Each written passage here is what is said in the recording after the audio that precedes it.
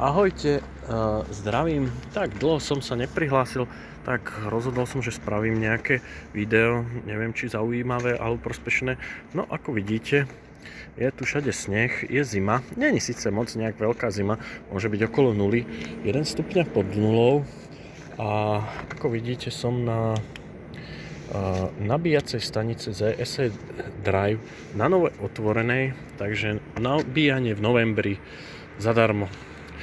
Už naozaj jedine kto naozaj ponúka nejaké tieto výhody, tak je to ozaj ZSE Drive, keď spraví nejakú novú nabíjačku, tak ja som si spravil tiež trochu nedeľnejší výlet po Banskej Bystrici.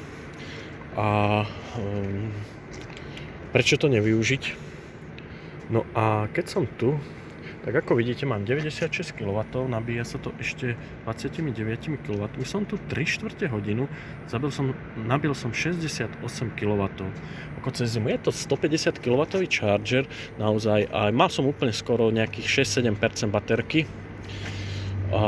Takže už v podstate tých 45 minút ozaj, ešte som však už tu nejakú minútku, dve nahrám video, tu počkám. No a to som chcel tým povedať, že boli tu aj iné autá, napríklad teraz tu ide aj elektrický Mercedes, ľudia to využívajú, za mnou je Tesla, to nabíjanie zadarmo, však prečo nie, treba to využiť.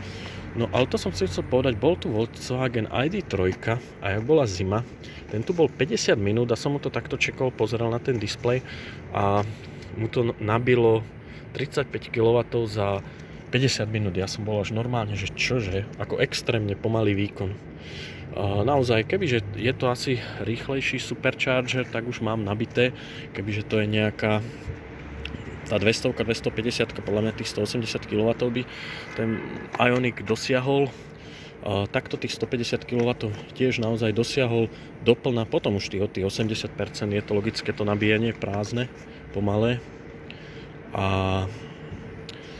Ale naozaj za tých 50 minút v zime sa to nabije a veľa tých aut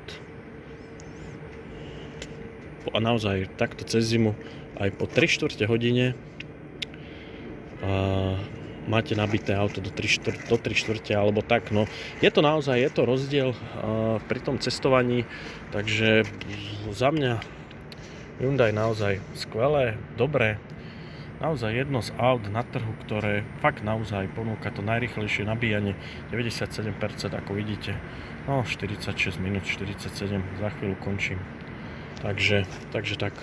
Takže majte sa, ahojte, čaute, pozdravujem vás v Banskej Bystrici.